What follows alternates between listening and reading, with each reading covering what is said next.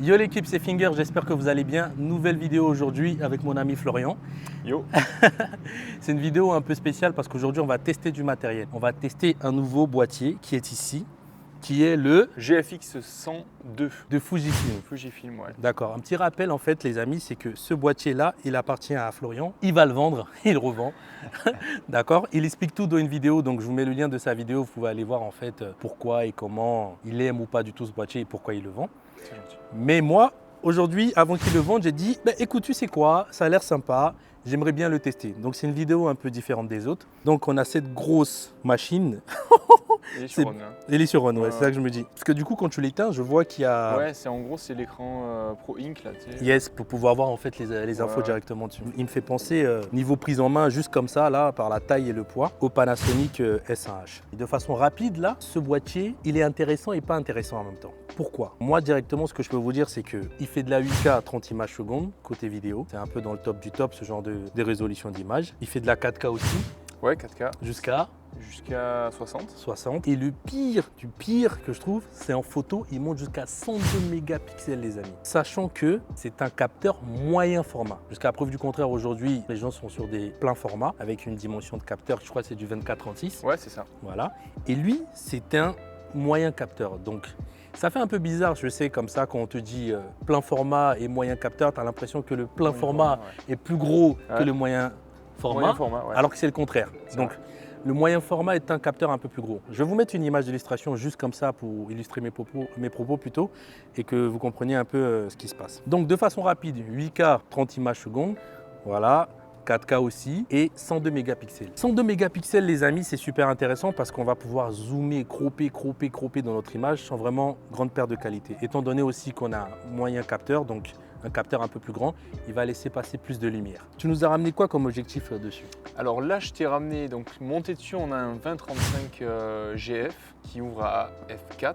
D'accord. Et voilà, donc pour du très grand angle, moi j'utilise ça pour l'immobilier, des choses comme ça. C'est un des capteurs avec l'autofocus le plus rapide chez Fuji. Il y a des objectifs qui sont sortis plus récemment que d'autres et il me semble que celui-ci est sorti assez récemment. Juste pour que les gens ils sachent un peu, Ouais. vu qu'on a un capteur moyen en fait, un 20-35 dessus, Oui. c'est équivalent plein format, ça équivaut à quoi? À peu près. Hein, Bah, on sur n'est un pas juste, 20-35, on est équivalent 16-35, enfin 16-20, 24, un truc comme ça. je D'accord. crois. Voilà, donc du coup il nous a ramené un 20-35, Ouais. un autre objectif 45. Un 45 fixe qui Yes. équivaut à un 35 mm. D'accord, donc une focale fixe. Donc du coup Voilà. là on va dire 20-35 qui ouvre à f4, Oui. on a un 45 qui Qui ouvre à aura f2.8 f2.8. et un 80 mm qui est équivalent à un 63, 70, un truc comme ça, qui ouvre à f1.8.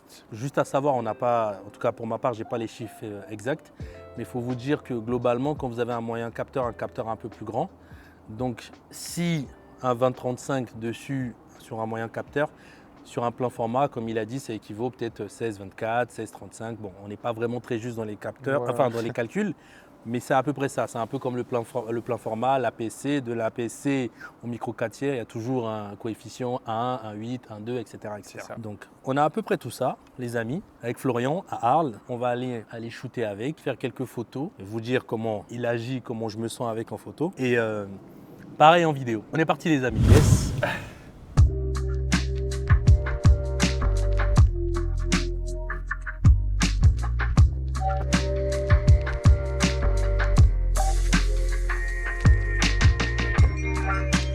Bon les gars, là j'ai le 20-35 f4 pour le Fujifilm. Là il y a la tour Luma juste derrière moi, comme vous pouvez le voir. 102 mégapixels, n'oublions pas les amis. Donc je vais essayer de faire 2-3 photos avec et après on regardera ce que ça donne.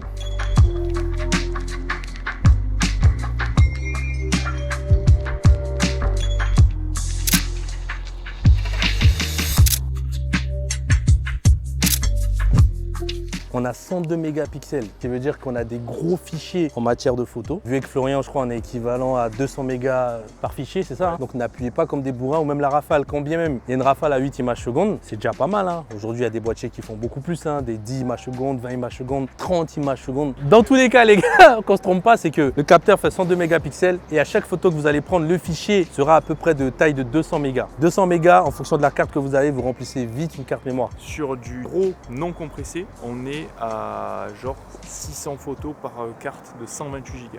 600 photos. Ouais, en RAW non compressé. Bon, sur une 128 Go. Ouais, Ok, pour me donner une ordre d'idée quoi. c'est ça. Ok. Et le traitement derrière, il est lourd.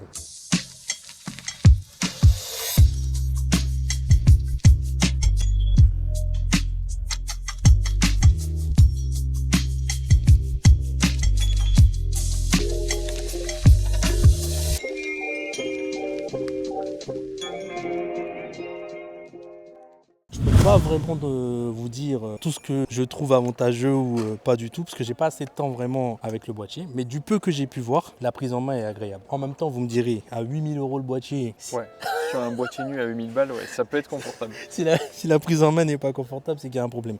Donc franchement, la prise en main, elle est cool.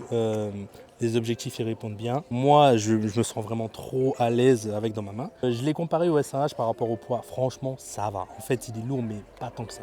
Après, on a la cage qui rajoute un peu de poids et on a l'optique. Selon les optiques, après, ça va changer un peu, mais c'est sûr que ça reste quand même un boîtier lourd. Hein, Ouais, mais comparé tu vois, même avec la cage, tu vois, je pensais pas que ça allait. Parce que le S1H, sans cage, sans rien, il est vraiment lourd. Hein. Ah ouais. Ah ouais, et là, moi, je le vois, franchement, ça va. Après, niveau photo, les gars, bon, les photos, elles ont l'air vraiment pas mal. Les RAW sont lourds, mais la qualité, elle est vraiment dingue. Moi, je kiffe vraiment ce boîtier. 20-35, j'ai tourné jusque-là avec que le 20-35. Ce qu'on va faire, c'est que là, je vais changer d'optique et là, je vais faire des vidéos. Juste un truc en vidéo de ce que Florian m'a dit. En 4K, il y a un crop. Ouais, en gros, on n'a jamais une exploitation totale du capteur. On va être toujours croppé sur n'importe quel format en fait. À partir du moment où tu es en 4K, que tu sois en 25 ou 50, il y a un crop. Non. Que en 50. En fait, jamais tu n'utiliseras la totalité du capteur. Ah, même en 8K. Même en 8K, Ah, même ok. en 4K, même en Full HD. 1080p, non. Ah oui, ça c'est dommage. Donc ils expliquent hein, sur le site de Fuji, on voit un peu des illustrations, mais Oui. en gros, il n'y a jamais le capteur qui est utilisé entièrement en vidéo. Ouais. Ouais. Donc c'est un peu dommage. Bon, écoutez, comme Florian l'a dit, le capteur n'est jamais utilisé en entier. Moi, ça m'embête. Bon, dans tous les cas, on verra si ça change quelque chose au niveau de l'image. Voilà, même si on n'a pas toute la résolution du capteur, est-ce que l'image est quand même bonne? C'est ce qu'on va tenter de voir tout de suite. Donc deuxième partie, on enchaîne. Je vais changer d'objectif. Je vais passer sur le 45 Ouais. F combien déjà? F2.8. F2.8. C'est ça. Bon, on essaie ça les gars. On y va.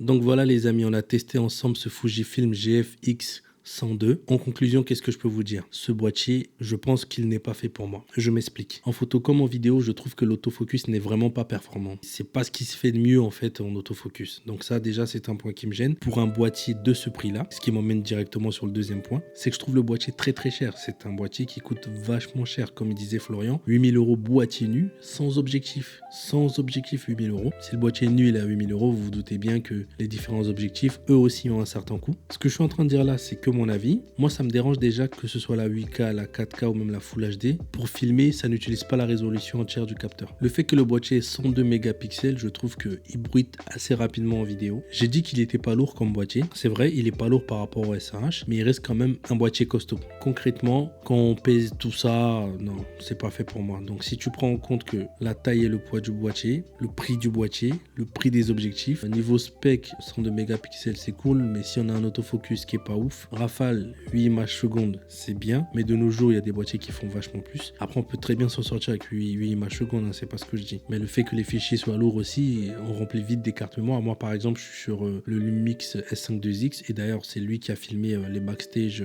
quand j'avais le Fuji dans les mains. Quand je fais de la photo, que ce soit du mariage ou quoi que ce soit, j'ai une carte de 128 Go et avec, je pense que, allez, je peux faire au moins 2000 photos. Bah, c'est sûr qu'il ne fait pas 102 mégapixels, on est à 24 mégapixels. Mais bon, tout dépend encore de ce que vous recherchez. Tous ces éléments mis bout à bout font que je pense que c'est un boîtier qui n'est vraiment pas fait pour moi, quoi. Mais ce n'est que mon avis. Il y a des gens qui ont ce boîtier-là et qui font de très très belles choses avec. Ils arrivent à faire même des trucs superbes, je trouve. Moi, pour ma part, non, ça ne sera pas pour moi. En tout cas, c'était tout pour moi. J'espère que ça vous a plu. Un grand merci à Florian. Allez le suivre et regardez aussi ce qu'il va faire. Vu qu'il va le vendre, il va certainement racheter un nouveau boîtier. Donc j'ai hâte de découvrir en même temps que vous quel boîtier ça sera. Donc voilà l'équipe, la vidéo est terminée. J'espère que ça vous a plu. Si vous êtes resté jusqu'à la fin, c'est que ce genre de contenu vous plaît, donc n'hésitez pas à vous abonner. Plus on est, mieux c'est. Et moi, je vous dis à plus pour de nouvelles vidéos. Ciao, votre Finger James. Antoine, je n'ai qu'une chose à te dire. Merci.